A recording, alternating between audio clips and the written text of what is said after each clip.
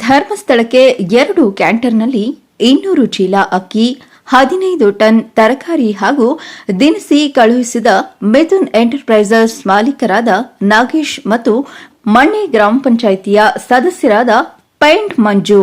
ಬೆಂಗಳೂರು ಹೊರವಲಯ ನೆಲಮಂಗಲ ನಗರದ doctor B R Ambedkar ಕ್ರೀಡಾಂಗಣದಲ್ಲಿ ನೆಲಮಂಗಲ ಜನಪ್ರಿಯ ಶಾಸಕರಾದ ಎನ್ ಶ್ರೀನಿವಾಸ್ ಅವರ ನೇತೃತ್ವದಲ್ಲಿ ಧರ್ಮಸ್ಥಳದ ಉಳಿವಿಗಾಗಿ ಧರ್ಮಸ್ಥಳ ಚಲೋ ಕಾರ್ಯಕ್ರಮವನ್ನು ಹಮ್ಮಿಕೊಳ್ಳಲಾಗಿತ್ತು.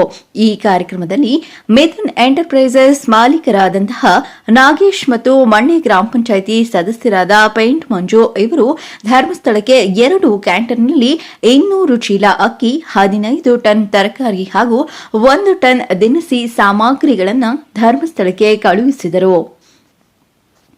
ನಂತರ ಮಾಧ್ಯಮದ ಜೊತೆ ಮಾತನಾಡಿದ ಮಿಥುನ್ ಎಂಟರ್ಪ್ರೈಸರ್ಸ್ ಮಾಲೀಕರಾದಂತಹ ಮತ್ತು ಕಾಂಗ್ರೆಸ್ ಮುಖಂಡರಾದ ನಾಗೇಶ್ ಅವರು, ಸೌಜನ್ಯ ಕುಟುಂಬಕ್ಕೆ ನ್ಯಾಯ ಒದಗಿಸಲಿ, ಆದರೆ ಧರ್ಮಸ್ಥಳದ ಅಪಪ್ರಚಾರಕ್ಕೆ ಖಂಡನೆ. ಹಿಂದೂ ಧರ್ಮವನ್ನು ಹಿಂದೂಗಳು ಉಳಿಸದಿದ್ರೆ ಇನ್ಯಾರು ಉಳಿಸಲು ಸಾಧ್ಯ? ತಪ್ಪು ಮಾಡಿದವರಿಗೆ ಖಂಡಿತವಾಗಿಯೂ ಶಿಕ್ಷೆ ಆಗುತ್ತದೆ. ಅಲ್ಲಿಯವರೆಗೂ ಎಲ್ಲರೂ ಸುಮ್ಮನೆ ಇರಬೇಕು. ಬೇಕಾಬಿಟ್ಟಿ ಧರ್ಮಸ್ಥಳದ ಬಗ್ಗೆ ಅಪಪ್ರಚಾರ ಮಾಡುತ್ತಿರುವುದು ಸರಿಯಲ್ಲ. ನಮ್ಮ ನೆಲಮಂಗಲ ಶಾಸಕರ ಕಾರ್ಯಕ್ಕೆ ನಾನು ಮೆಚ್ಚುಗೆ ವ್ಯಕ್ತಪಡಿಸುತ್ತೇನೆ.